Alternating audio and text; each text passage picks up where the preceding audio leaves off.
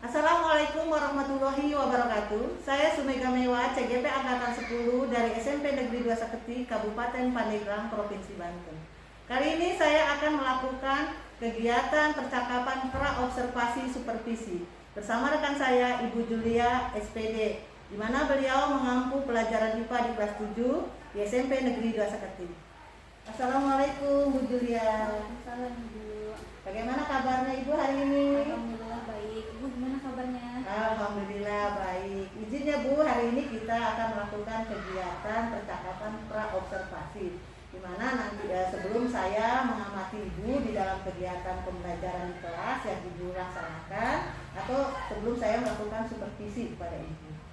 Ini ada beberapa pertanyaan yang nanti akan saya ajukan ya Bu ya.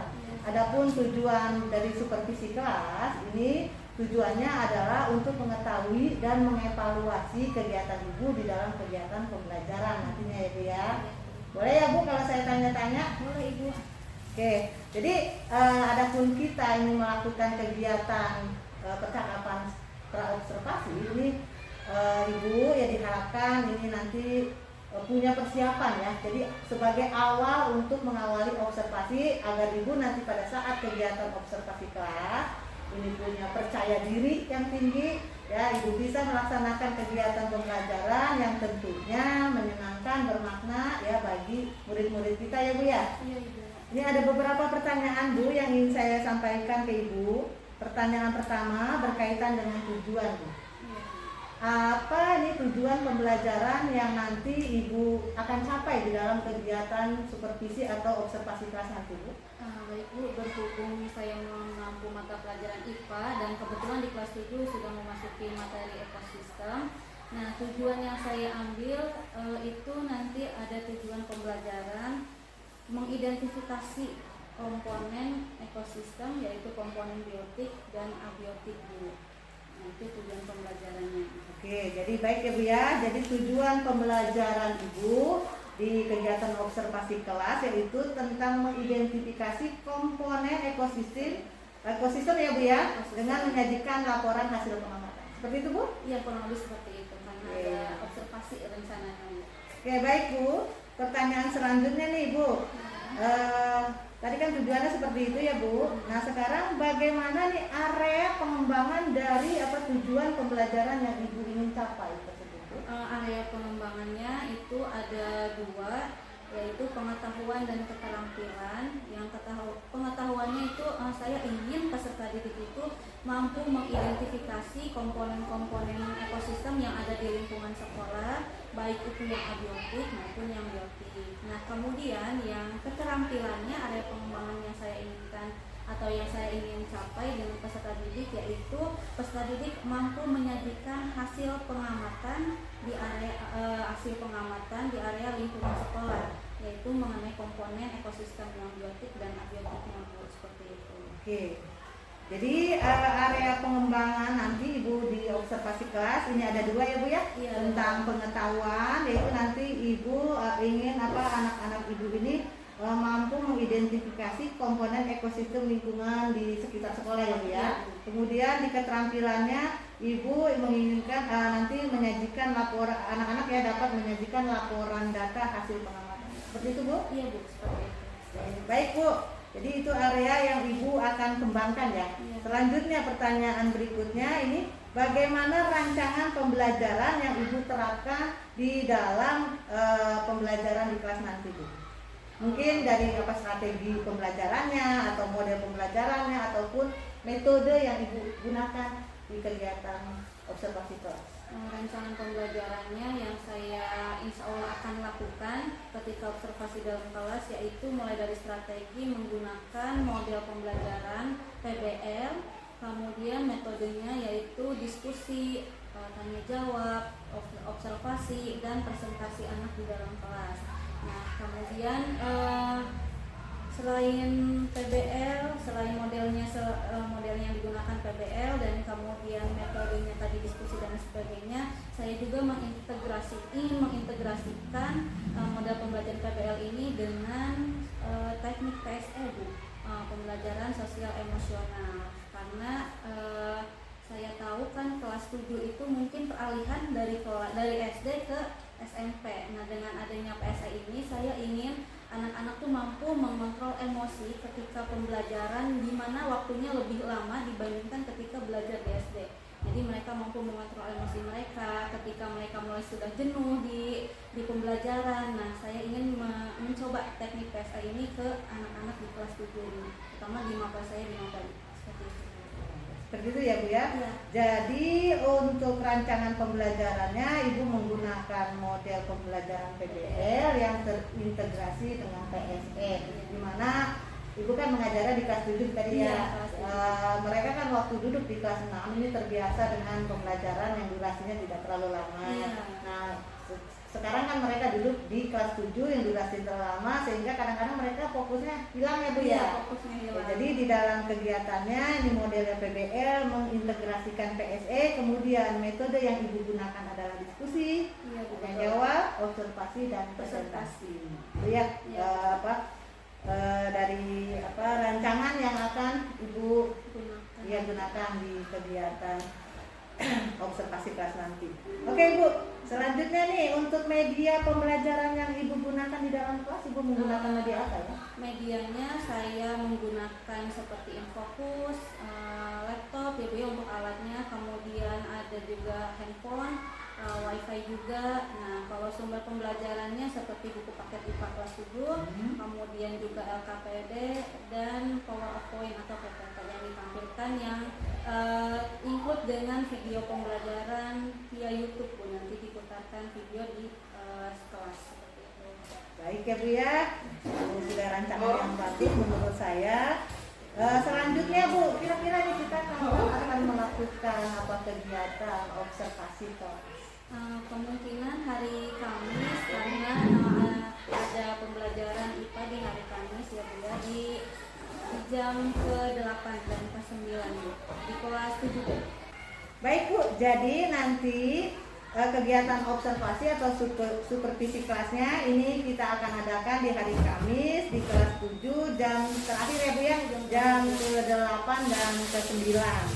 Oke Bu, nanti saya akan datang ke kelas Ibu ya, saya akan melakukan supervisi, saya akan melihat dan mengamati ya hal-hal apa saja yang terjadi di dalam kegiatan pembelajaran Ibu di kelas tersebut ya Bu ya. Terus nanti setelah Ibu melaksanakan kegiatan belajar mengajar, ini kita akan mengadakan percakapan kembali ya Bu. Ini percakapan terakhir, yaitu percakapan pasca observasi yang nantinya saya akan didampingi oleh pengajar praktik saya ya Bu ya. Nah Bu, sebelum kita mengakhiri percakapan hari ini, saya ingin bertanya satu lagi nih Bu. Kira-kira apa yang Ibu dapatkan dari hasil pembicaraan atau percakapan kita pada kesempatan kali ini Bu? Dari hasil percakapan tadi Bu ya yang barusan itu, saya mungkin ada gambaran ketika nanti akan masuk kelas, yaitu mengenai model pembelajarannya tadi mau menggunakan PBL, kemudian strateginya saya menggunakan diskusi, tanya jawab dan presentasi serta observasi di lapangan, karena memang karena memang sesuai dengan tujuan pembelajarannya gitu, karena harus ada pengamatan keluar ekosistem di lingkungan sekolah. Nah, sepertinya cocok menggunakan model dan modelnya PBL, metodenya diskusi, tanya jawab dan observasi. Kemudian yang ingin saya coba tadi ada teknik yang terintegrasi dengan teknik PSE, karena memang yang saya ajar adalah kelas 7, di mana masa peralihan dari bangku SD ke SMP yang durasi pelajarannya lebih lama. Kemudian untuk melatih kesabaran anak atau emosional anak, makanya saya ingin menggunakan PSE tersebut Bu di kelas 7. Oke, baik Ibu, terima kasih atas waktunya dan sudah bersedia berbincang-bincang dengan saya untuk melakukan percakapan pra-observasi. Ibu, kita ketemu lagi ya hari Kamis nanti ya untuk melaksanakan kegiatan observasi kelas. Terima kasih banyak Ibu. Sama-sama. Assalamualaikum. Bismillahirrahmanirrahim. Assalamualaikum warahmatullahi wabarakatuh. Bagaimana kabarnya kelas 7B? Baik. Nah, sebelum kita belajar, kita berdoa dulu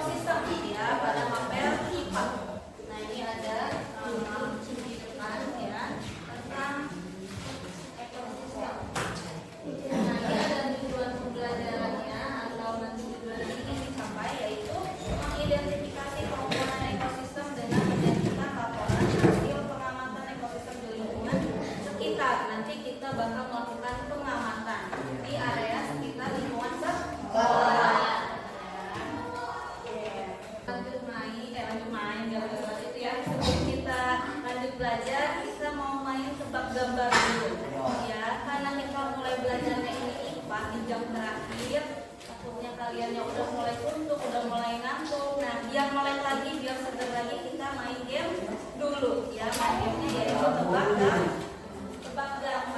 Ready nih tebak gambar?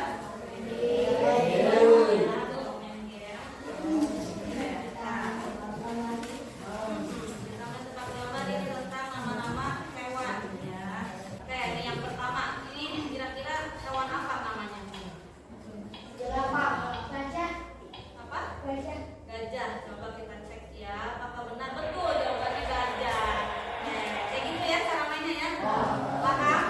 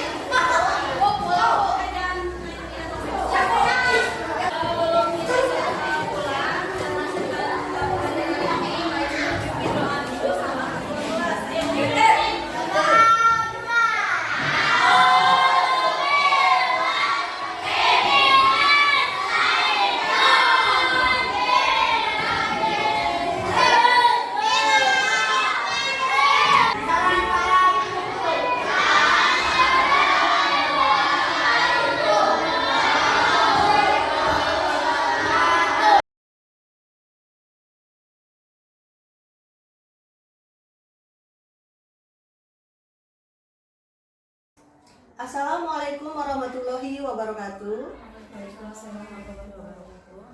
Berjumpa kembali dengan saya Sumega Mewa, CGP Angkatan 10 dari SMP Negeri 2 Saketi, Kabupaten Pandeglang, Provinsi Banten. Kali ini saya masih ditemani oleh rekan kerja saya yaitu Ibu Julia Mawarni SPD. Beliau adalah guru pengampu mata pelajaran IPA di kelas 7.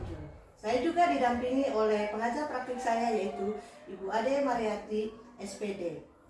Pada kesempatan kali ini saya akan melakukan kegiatan percakapan pasca observasi. Assalamualaikum Ibu, gimana nih kabarnya Bu Ade, Bu Julia? Alhamdulillah baik.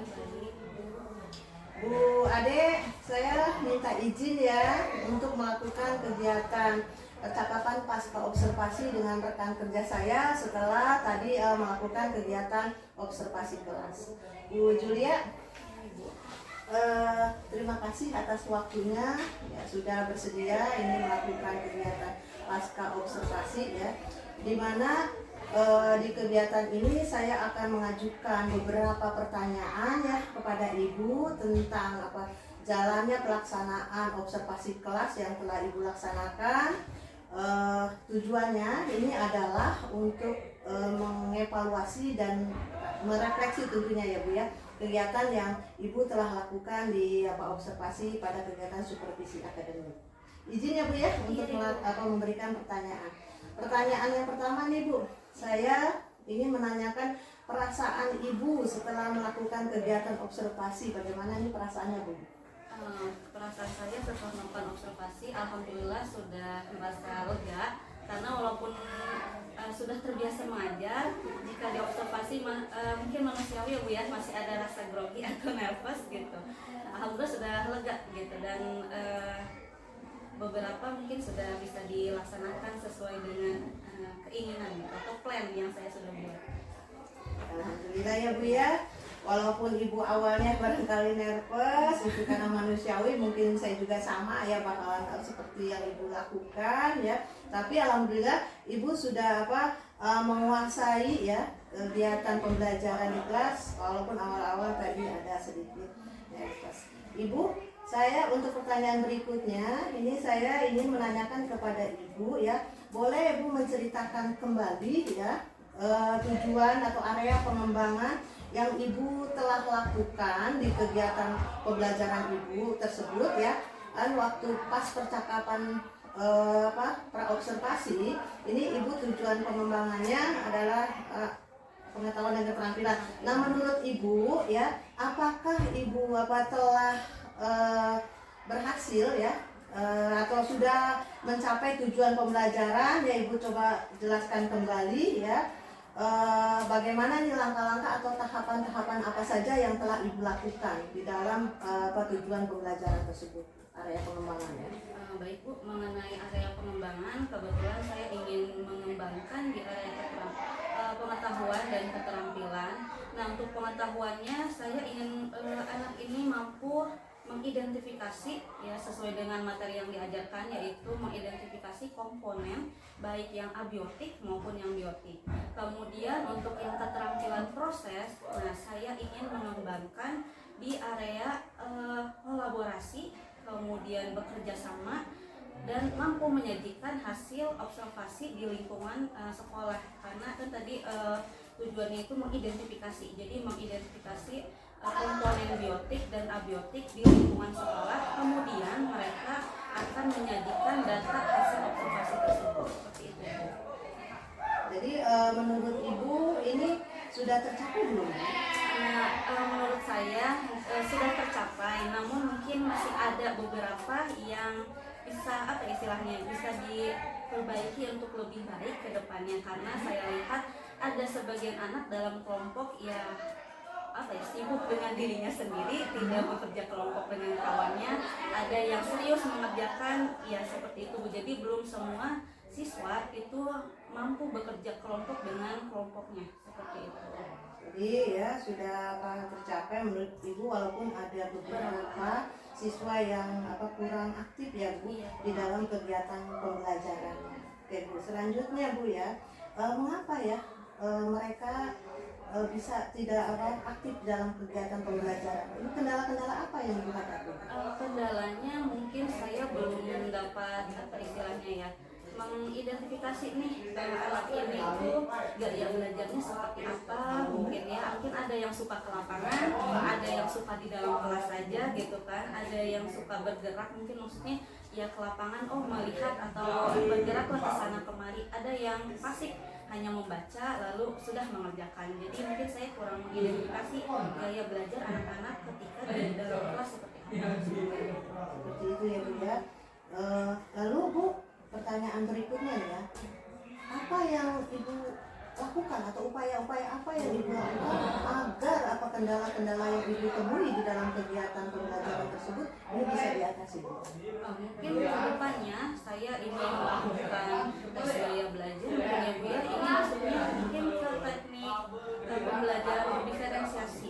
Jadi sesuai dengan kebutuhan peserta didik, saya akan nanti mengelompokkan sesuai dengan gaya belajarnya. Jadi dalam satu kelompok ya homogen, tidak heterogen gitu. Jadi homogen yang kinestetik, yang visual gitu Bu ya, yang auditori. Kemungkinan sih ingin mencoba seperti itu. Tapi dalam observasi kali ini saya mencoba teknik PSE yang sudah dilakukan. Nah, ternyata setelah melakukan teknik PSE pun masih ada beberapa siswa ini kurang kurang antusias mengikutinya. Karena saya tahu kelas 7 ini peralihan dari SD ke SMP yang anak-anak tuh masih belum bisa mengontrol emosi gitu ya. Di dalam kelas masih ada yang ribut atau menggendang-gendang meja itu ya, yang mungkin yang kinestetik yang suka menggendang-gendang meja gitu ya. Nah, jadi saya menerapkan di observasi ini itu ada teknik PSE. Jadi sosial emosional ini coba dikontrol gitu ya. Nah, setelah diterapkan beberapa mungkin bisa, cuman beberapa ada yang belum gitu ya. Namun pengalaman pertama sih ya, mungkin nggak apa-apa seperti itu karena saya ingin mencoba. Nah, next untuk kedepannya, karena tadi setelah melihat ketika pembelajaran banyak yang tidak mengikuti diskusi dengan baik atau kerja kelompok dengan baik, nah saya ingin mencoba teknik yang baru, yaitu berdiferensiasi pembelajaran. Berarti itu adalah rencana Ibu ya untuk kegiatan pembelajaran ke depan. Karena kemarin kan Ibu waktu melakukan kegiatan pembelajaran ini ada anak-anak yang kurang aktif ya. Jadi Ibu nanti akan memperhatikan gaya belajar mereka ya Bu ya, dengan tadi yang Ibu sebutkan bahwa Ibu akan melakukan kegiatan asesmen diagnosis terlebih dahulu agar mengetahui gaya belajar mereka ya Bu terlebih dahulu. Kemudian Ibu juga akan menerapkan pembelajaran berdiferensiasi ke depannya. Oke, bagus sekali ya Bu ya rencana yang Ibu akan jalankan untuk pembelajaran ke depannya. Kira-kira kapan Ibu akan melaksanakan kegiatan pembelajaran tersebut? Kemungkinan 2 minggu yang akan datang, karena ini menghabiskan materi dulu yang ini, karena biar pas materinya dengan teknik yang akan saya gunakan itu pembelajaran diferensiasi. Jadi insya Allah akan dilaksanakan 2 minggu ke depan. Jadi 2 minggu ke depan Ibu akan mengimplementasikan ya Bu ya rencana Ibu tersebut, yaitu pembelajaran berdiferensiasi dan tetap mengimplementasikan pembelajaran emosional. Nah, karena tadi Ibu katakan bahwa kelas 7 kan emosinya masih belum bisa terjaga, biar mereka fokus ya. Jadi Ibu mengimplementasikan pembelajaran berdiferensiasi ya, itu bagus ya. Lanjut, bagaimana nih komitmen Ibu ya untuk melaksanakan rencana tersebut? Komitmen saya itu istilahnya akan terus menggali gitu ya, merefleksi gitu, terus apa nih yang bisa didapat, maksudnya umpan baliknya gitu ketika saya mengajar hari ini, kekurangannya apa saya perbaiki di depannya dengan mungkin berdiskusi seperti ini, kemudian dengan sesama rekan guru yang mengikuti pelatihan juga gitu agar mengupgrade ilmu gitu Bu ya. Jadi tidak pasif di situ-situ aja atau tidak stuck gitu di situ. Jadi mengikuti perkembangan zaman aja seperti itu. Kira-kira ada tidak orang yang bisa membantu Ibu untuk menjaga komitmen Ibu untuk melaksanakan tadi rencana-rencana Ibu ke depannya agar pembelajaran ini bisa berjalan lebih baik lagi dan anak-anak ini merasa senang tentunya di dalam kegiatan belajar? Pastinya ada ya Bu ya, baik itu rekan di sekolah seperti ibu gitu ya, kemudian kepala sekolah, kemudian guru yang ada di sekolah gitu, dan masyarakat sekolah, baik itu mungkin orang tua siswa, baik itu siswa itu sendiri, karena bagaimanapun orang tua siswa juga istilahnya ikut andil dalam pelaksanaan pembelajaran di sekolah. Jadi itu ya yang bisa atau membantu ibu untuk tetap berkomitmen menerapkan pembelajaran apa tadi diferensiasi dan PSE. Jadi salah satunya melibatkan orang tua, ya warga sekolah, banyak warga sekolah, kepala sekolah, rekan sejawat, ya bahkan orang tua ya Bu ya. Iya Bu. Terus Bu, bagaimana nih caranya kalau misalnya dengan orang tua? Mungkin dengan orang tua kita minta kerjasamanya di sekolah mungkin sudah diterapkan begini dan begitu gitu ya. Nah, komunikasi sih sebenarnya, komunikasi antara guru dengan orang tua. Jadi yang telah disampaikan di sekolah, di rumah pun orang tua melanjutkan gitu. Jangan di sekolah, hanya di sekolah aja anak-anak didisiplinkan dan lain sebagainya, cuma lalu di sekolah orang tua lepas, enggak seperti itu. Jadi kita dengan cara apa? Dengan cara komunikasi yang baik dengan orang tua, disampaikan apa nih kebutuhan anak ketika belajar di sekolah. Nah, orang tua bisa mendukungnya atau mensupportnya ketika di rumah dan membantu seperti itu sih Bu. Baik Bu ya, semoga perubahan dan perbaikan yang Ibu rencanakan hari ini dapat segera mungkin Ibu realisasikan, ya laksanakan, dan masalah yang Ibu alami di dalam kegiatan pembelajaran observasi kemarin ini dapat teratasi dengan baik ya Bu ya. Saya menunggu kabar Ibu selanjutnya nih, nggak sabar saya Ibu ya. Apakah pembelajaran kedepannya ini bisa berpihak kepada Ibu. Terima kasih atas waktunya, sudah mau berbincang-bincang ya, berefleksi tentang pembelajaran kegiatan observasi kemarin. Bu Ade, boleh diminta tanggapannya untuk kegiatan percakapan pasca observasi saya dengan rekan. Oke, baik. Terima kasih Bu Mega. Sebelumnya mohon maaf tadi saya kurang fokus nama Ibu tadi. Ibu Julia. Ibu Julia ya. Maaf ya Bu ya. Ya. Karena memang kondisinya juga masih belum begitu stabil, masih sakit. Ibu Julia, sebelumnya saya mengucapkan terima kasih karena sudah melakukan kegiatan percakapan pasca observasi dengan Ibu Sumega. Nah, berkaitan dengan tadi Ibu Sumega meminta pendapatnya tentang kegiatan pasca observasi ini. Kalau kita lihat di kegiatan yang sudah dilakukan tadi, memang di sini prinsip coaching itu kan ada 3 ya. Yang pertama itu kemitraan, kemudian proses kreatif, sama memaksimalkan potensi. Nah, di dalam kemitraan sendiri di sini sudah terlihat bahwa memang sebagai coach Bu Sumega itu tidak menggurui Bu Julia. Kemudian kegiatannya memang sudah percakapannya itu dalam proses kreatif itu sudah 2 arah ya. Artinya dalam kegiatan pasca observasi tadi tidak hanya Bu Sumega yang berbicara panjang lebar, tetapi memang Bu Julianya yang memang banyak berbicara juga. Jadi kegiatan pembicaraan sudah 2 arah, sudah bagus. Kemudian Ibu Sumega juga sudah bisa mendengarkan dengan baik, sehingga muncullah pertanyaan-pertanyaan berikutnya ketika Bu Julia mengatakan tentang kendala dan lain sebagainya, lebih diperdalam lagi pertanyaannya, sehingga Bu Julia itu bisa untuk kedepannya itu nanti bisa seperti apa yang harus dilakukan, sehingga Bu Julia tadi mendapatkan ide untuk perbaikan kedepannya. Jadi di prinsip coaching ini memang sudah terlihat ya kan, mulai dari kemitraannya, proses kreatif, dan juga memaksimalkan potensinya sudah terlihat.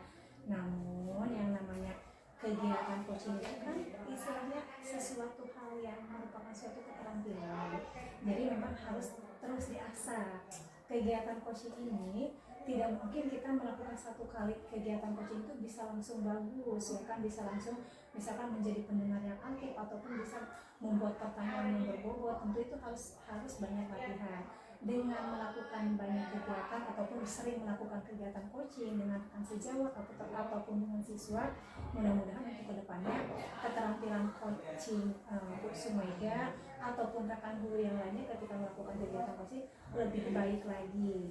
Dan kalau dilihat di sini tadi di kegiatan coaching itu kan Bu Sumega sudah menanyakan perasaan Bu Julia pada saat diobservasi, ya kan? Tadi kan Bu Julia juga mengatakan agak deg-degan, berbeda dengan yang lainnya. Nah ini kan sebagai bahan belajar juga untuk kita, bahwa Ibu Sumega kalau yang dulu diobservasi, sekarang Bu Sumega sebagai observernya, ya kan? Jadi sebagai bahan latihan juga untuk kita menjadi observer itu seperti apa. Kemudian Bu Sumega tadi menanyakan kembali area pengembangan yang sudah di pada saat di praobservasi itu kan sudah ya diungkapkan oleh Bu Julia. Kemudian kan ditanyakan kembali apakah sudah berhasil atau tidak area pengembangannya itu, ya kan? Kemudian jadi pertanyaannya itu memang selalu digali lebih dalam oleh Bu Sumega, ya kan? Tadi jadi kegiatannya secara garis besar memang sudah bagus. Kemudian Bu Sumega juga tadi sudah menanyakan perbaikan ke depannya akan seperti apa, ketika Bu Julia mengatakan masih banyak kekurangan ataupun masih menghadapi kendala-kendala. Kemudian menanyakan komitmen juga nih, kapan akan dilakukan, ya kan? Jadi sudah bagus, tekniknya juga sudah bagus. Nah, mudah-mudahan kegiatan kegiatan coaching di supervisi akademik ini bukan hanya di kegiatan pasca observasi, tetapi di pra-observasi juga. Mudah-mudahan kegiatan ini akan bisa meningkatkan kualitas pembelajaran dari kita sebagai guru. Kemudian kita mudah-mudahan dengan diobservasi, kemudian kita melakukan kegiatan percakapan pasca observasi, kita bisa memahami letak kelemahan kita, kekurangan kita, sehingga kita akan melakukan perbaikan untuk ke depannya. Mudah-mudahan kegiatan coaching ini akan memberikan dampak yang positif, sehingga kegiatan pembelajaran yang kita lakukan itu ke depannya lebih berpusat lagi pada siswa. Nah, mungkin itu saja tanggapan dari saya. Terima kasih Bu Sumega dan Bu Julia karena sudah melakukan kegiatan percakapan pasca observasi. Terima kasih kembali Ibu atas tanggapan kembali Ibu terhadap kegiatan percakapan pasca observasi saya dengan Bu Julia. Demikian rangkaian kegiatan supervisi akademik mulai dari pra-observasi, observasi, dan percakapan pasca observasi bersama dengan rekan kerja saya yaitu Ibu Julia Mawardi dan pengajar praktik saya Ibu Ade Marwati SPD. Terima kasih. Assalamualaikum warahmatullahi wabarakatuh.